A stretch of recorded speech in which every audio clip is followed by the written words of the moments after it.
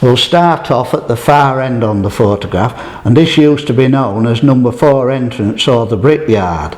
and more or less all the clay was taken out of here to produce the bricks to build Marshalls. And if you look in some of the bricks now, you'll see that they've got the stamp name in the frog, Marshall Sons and Company Limited.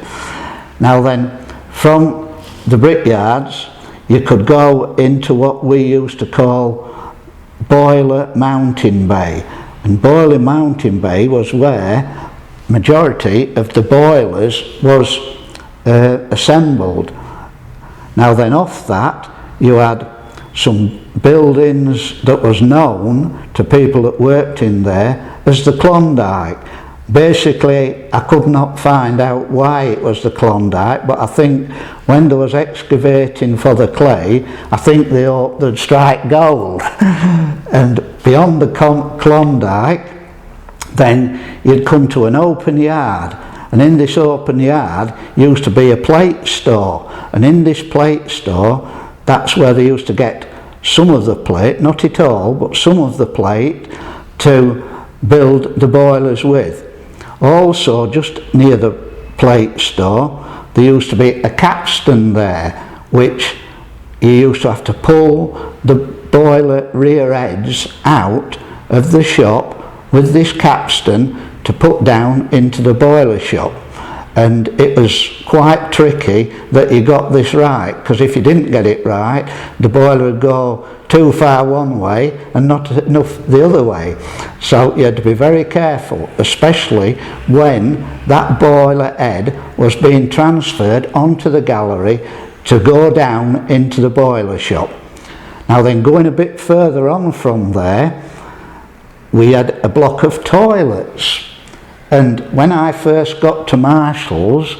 people used to say to me, "I'm going for 8 minutes." And I could never find what they meant at first, going for 8 minutes.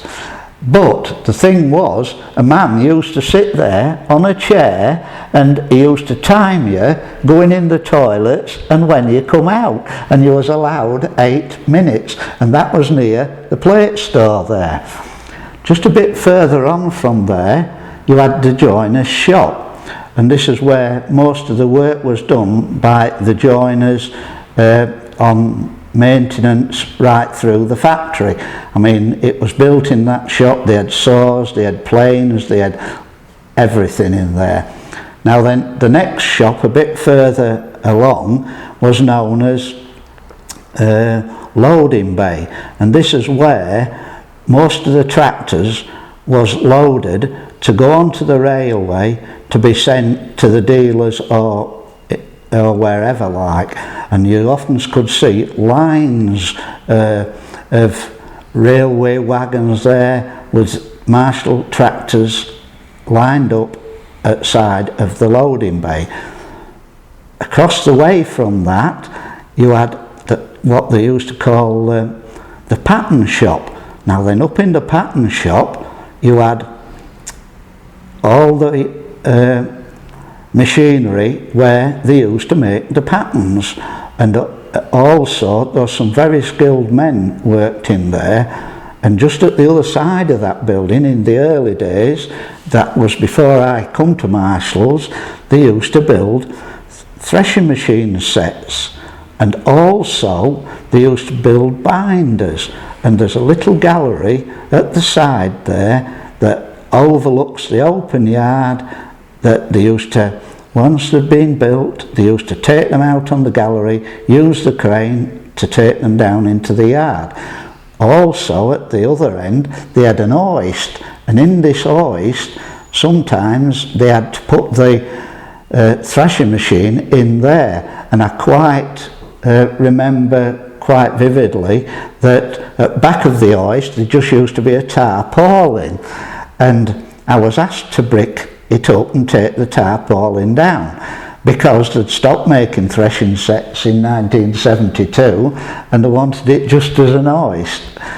So basically then beyond there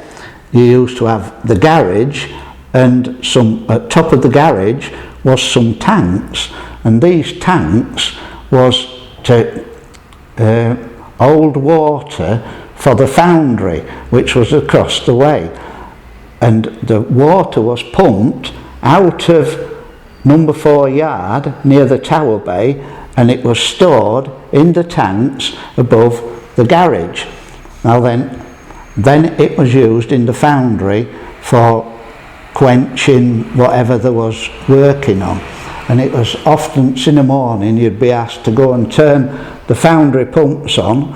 to get water from there up into there. And this paint shop, I remember the foreman, it was called Mr. Lucas, and he was in charge of all the paint spraying, Eric Lucas, and they used to spray the team machinery, the tractors, and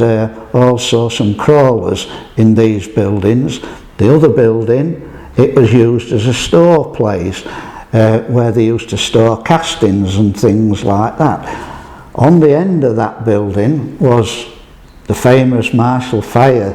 Brigade, and they had a little place with a small pump and a Land Rover in case ever a fire broke out on the factory. Now then, across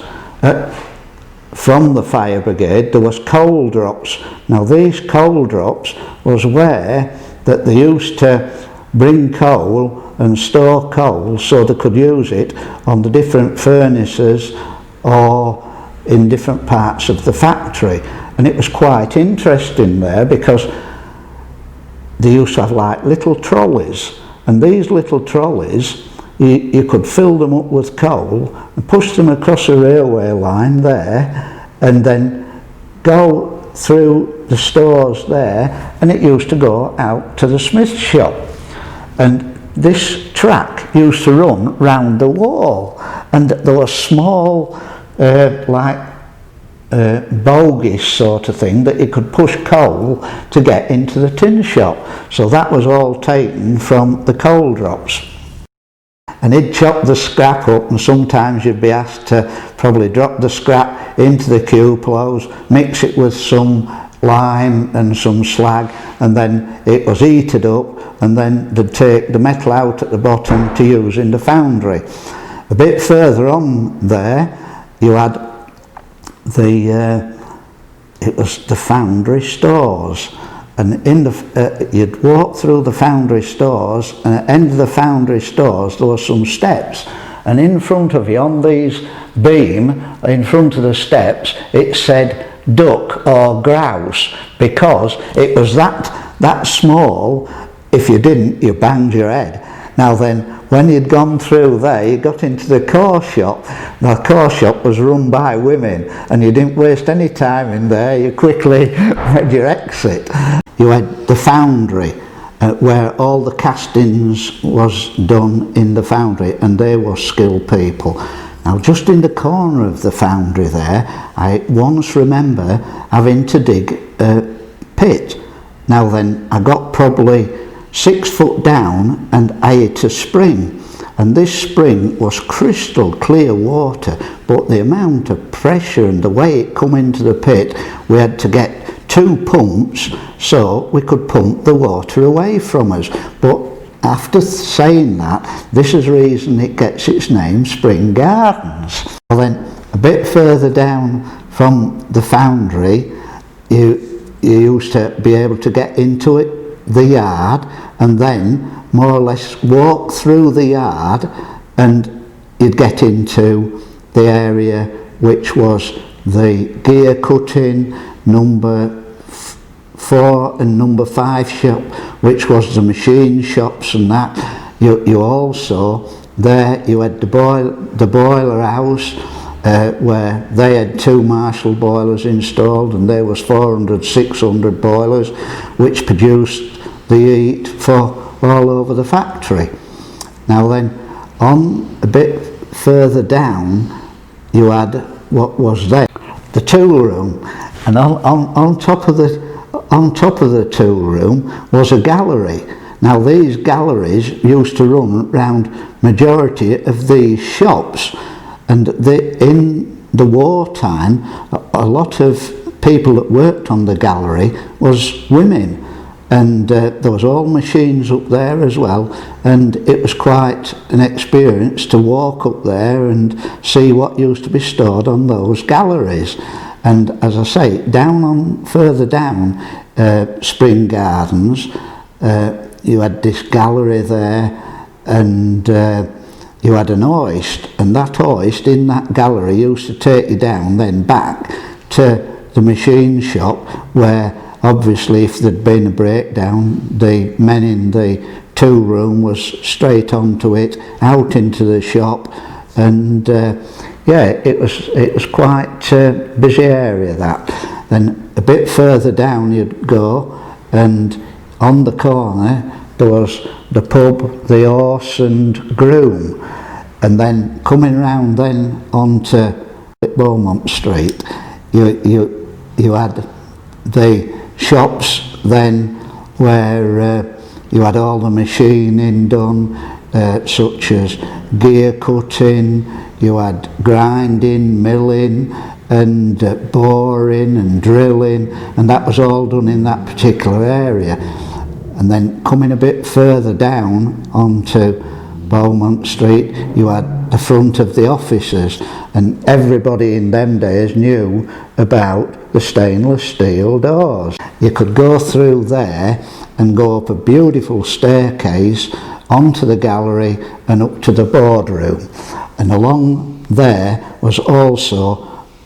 loads of offices, office space, and quite a lot of people was employed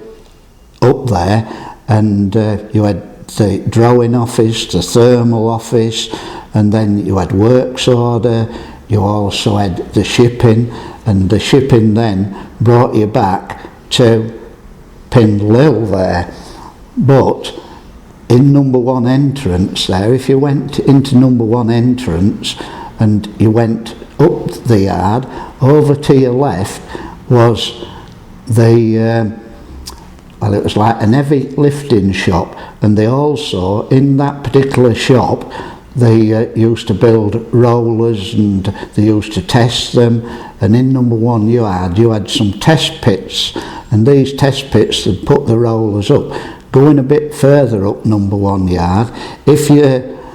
turned left, you could go up a staircase again onto a gallery that run round to the offices, and you went up this staircase, and at top of the staircase you'd be right in front of the offices. If you turned left, there was a little place there that a man called Ken Grettrex used to work, and he used to issue the safety work for the people to wear, goggles, boots and things like that. Years ago there used to be a belt shop, and the belt shop was where the belts used to run through the wall to drive all the machines that was in shop 4 and 5, which was the machine shop. Halfway up that Pindlil there used to be a bridge that you could get across into the heavy lifting shop, and it was, you could walk from the smith shop across into the heavy lifting shop and then down into number one yard. Also there used to be a tunnel that used to go under the road there and come sweep round and bring you in to top of number one yard.